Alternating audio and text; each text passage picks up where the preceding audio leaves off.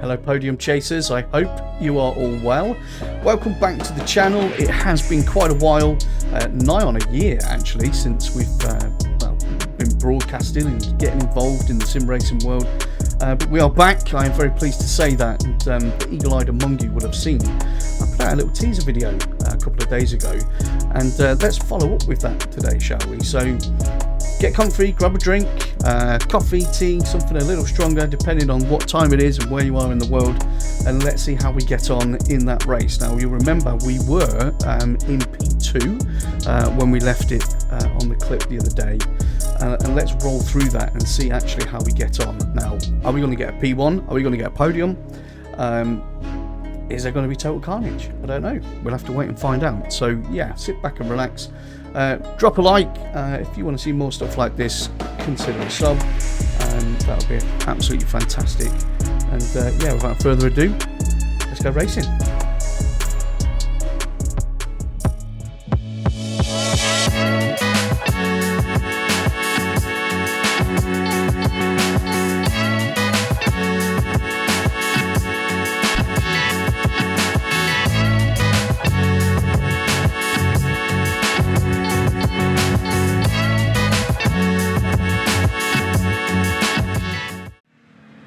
Right, so we'll pick it back up where we left off, just coming into P1 at the end of the first lap. So if you remember from the little clip, the Porsche managed to duck up the inside of us, and obviously we're just behind him at the moment. So again, recap, you know, this is a 20-minute race in the iRacing. I'm in the Ferrari 296, which I have to say, it's a very good car actually. I'm pretty impressed with it. Porsche is pretty good as well.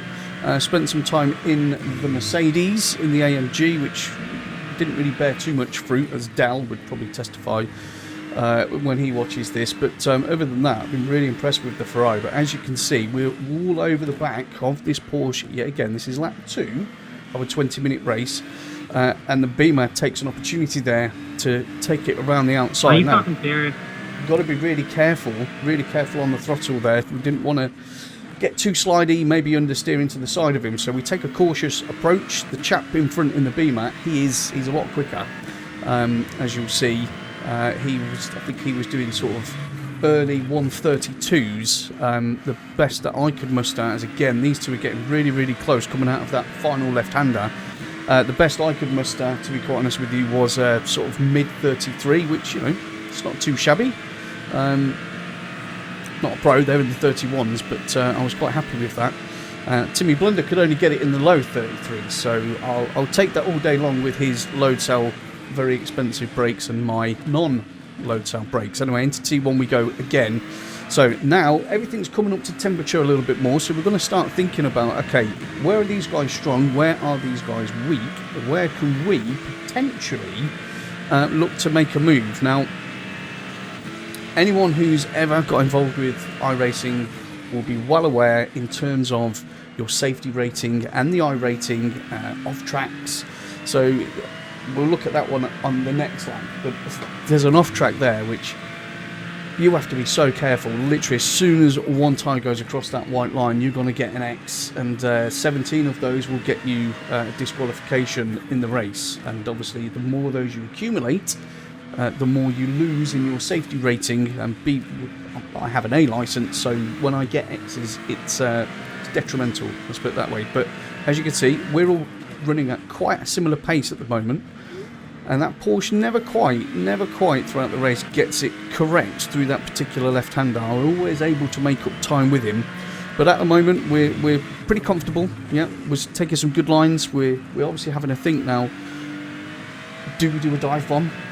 I say dive bomb. Obviously what I mean is, do we attempt to pass up the inside late on the brakes? Now, I have said previously, I don't have load cell brakes, so I'm always very cautious that if I am a little bit too late on the brakes, that's probably going to bring with it some paint swapping, which nobody wants, and they'd obviously all get rather annoyed with me. But we take a nice wide turn into T1 so we can get on the throttle early, little blip straight up to third, and then we're full throttle on the way through the left-hander here. You see we're going to pick up some good pace. We're going to get tucked right underneath his rear wing. We'll try and get some toe off him. You can see we're right on him now. We're going to duck out to the left. Are we going to make a move late on the brakes? We get hard on the brakes, We leave him enough room, he cuts across there. So again, if I'd have been a little bit looser on the brakes there, that would have been definite contact, and that probably would have been 2 people spinning and race over. So, you know, let's live to fight another day. Things are developing quite nicely. You can see we're scrapping at the moment, so the Beamer is just eking that gap away. I'm going to try and cut back across there, get on the throttle nice and early.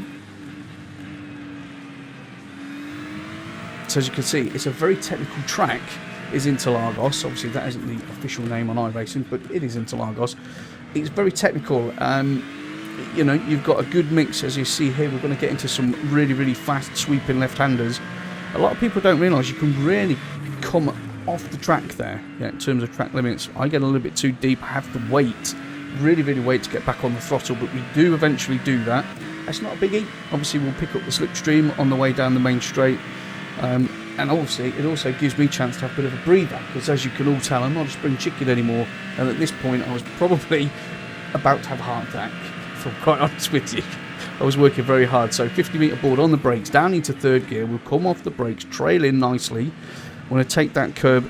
So that was the time, that was the one time during this race that I really got that corner wrong, and you can see that's allowing the Porsche just to scamper away a little bit at the moment.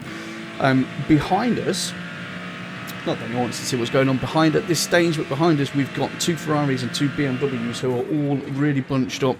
They're about, I'd say, 0.8 of a second behind, so we have to be very, very conscious that yes, we want to chase down this Porsche, but we don't want to fall into the clutches of the guys behind, because they're all having a really, really strong race and a strong fight. So this lap was just about recollecting my thoughts and just getting back into that rhythm at the moment. So we're now going to start pushing again. We can catch the Porsche. I'm pretty sure we can catch the Porsche. Again, the Beamer's just having a nice day out up front. In terms of qualification, the Beamer qualified on pole, and he did a 33.4 to get on pole. I qualified P2 with a 33.6 on the brakes there. Get the car tucked in, get on the throttle nice and early. Try and bring the car out wide. We didn't quite get that one right, so I'm happy for you guys in the comments to critique the driving. I'm not a professional by any means. Obviously just do this for total love. It keeps me out of trouble really, but you can see we're starting to reel him back in. So let's actually do a full lap. So 50 board, down onto the brakes, into 3rd, get the car tucked in. We want to cut that curb nicely, and then we're going to squeeze the throttle, then up to 3rd, full on the throttle now. We can use the curb on the left-hand side, and we are absolutely pedal to the metal now. Absolutely going for it. We're going to bring the car wide. We're in a little bit of a tow, so that's going to help us. Now we need to look for the 100 board. As soon as we hit that 100 board, we're on the brakes, down into 3rd, but we've got to really trail in here. Don't cut that curb too much, and as you can see, the Porsche there on the right-hand side has just gone over, so he's probably got enough track for that. You've got to be really, really careful, and as you can see, we're catching him up now. So this corner's pretty tricky. Dab with the brakes here into 3rd. Off the power, we let the car turn in, then we start to squeeze on the throttle now, cut the curb, cross to the left hand side, then hard on the brakes, down into 1st, trail in, squeeze again, get the car nicely into the middle of the track. Now we want to use the left hand, we want to use the curb on the left hand side, get your 2 wheels in there, that's going to help pull you around the corner, give you good traction out. By the tree on the brakes, down into 1st, get the car tucked in again, and as you can see, this corner we are always making up time on him. It's tricky through here because if you get a shallow entry into this corner, the car's going to wash out a little bit, so you've got to be careful. On the brakes, down into 2nd, get the car tucked, get on the power early. This is an opportunity now. He's off the track a little bit there, so that's going to unsettle the Porsche slightly. What can we do? Are we going to be in a position to make a move into T1? Who knows? Let's see.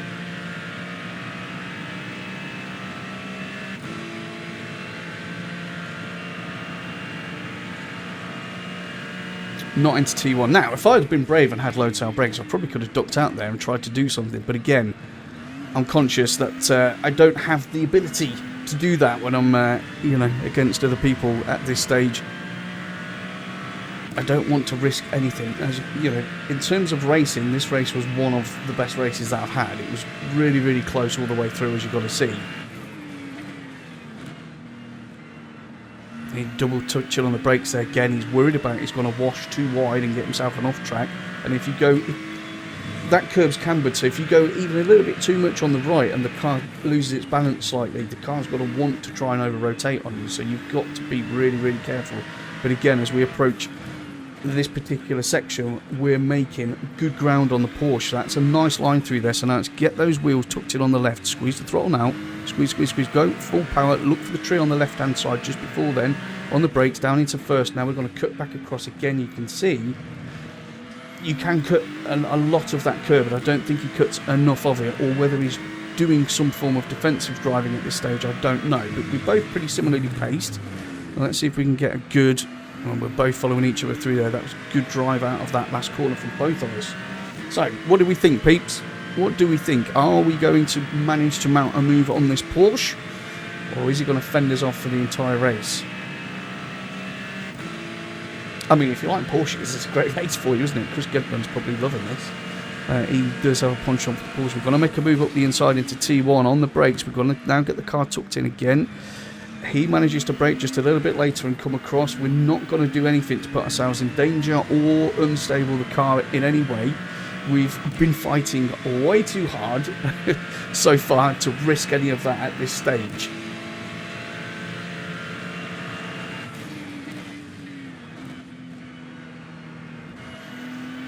And that's nice. Now we've got a good run. We're going to duck it up the inside. That's your opportunity. We pushed him really hard down that straight, and that forced him. He had to go in a little bit deep there, which just gave us enough space. We've managed to pull out a little bit of a gap on him now. So we're up to P2, which is fantastic. Question is, can we go and chase down the BMW? That is the question. We know that he is quicker. He does have more pace, but we don't know the state of the tyres.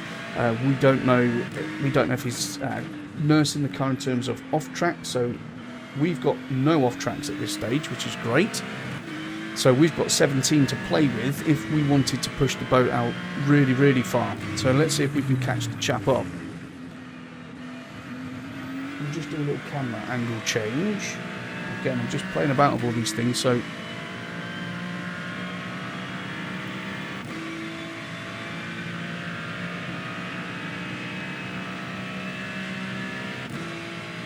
won't let me do that at this stage. Well, that's fair enough. So let's keep watching this then. As we go into the 50 board again, hard on the brakes, down into third. We're going to get the car tucked in nicely. Where's the Beamer? There he is, just scampering off into turn 3. Come on, Coops, let's go get this guy. I've got to be honest, at the time, when I got released from the Porsche, I thought, okay, let's go. It was only probably 4 or 5 seconds. I thought, let's get some good solid laps in. We knew we were being held up by the Porsche in certain corners. We've got to get an off-track there. That would have been extremely close to getting an off-track. So we're going to try. We can see our quarry is just up ahead there. So come on, let's push. Let's not push too hard. Look after the tyres. And at the end of the day, if you're not familiar in terms of how things are graded and scored, when you get put into the lobbies, it will basically match you with other people that are very similar in terms of your iRating. Which is obviously very helpful because it generally creates very good, fast, close racing. Obviously, as long as everybody behaves, which doesn't always happen. Racing is racing, I get that. But yeah, so you've got to be careful that if you qualify, so let's say go into a lobby and you're given slot 6 out of 20 because that's where your iRating puts you. If you then qualify above that, above 6th place, then you're going to start accruing, or at the start of the race you'll be accruing more iRating, and if you can hold that position at the end of the race so you finish above where you should be in the lobby, you accrue iRating. If you don't qualify or qualify badly, or you have a bad race and you finish lower than where the system puts you in the grid, then you will lose iRating. So when you're up into podium positions, obviously you're going to get a good chunk of iRating. And the idea is evidently to build upon that so that you get into more competitive lobbies, and the racing and the racecraft should, touch wood, increase along with that. It's very simple. And it works very, very well. So we don't want to risk too much here. That gap is not closing. You can see he's still pretty much got the same gap at the moment.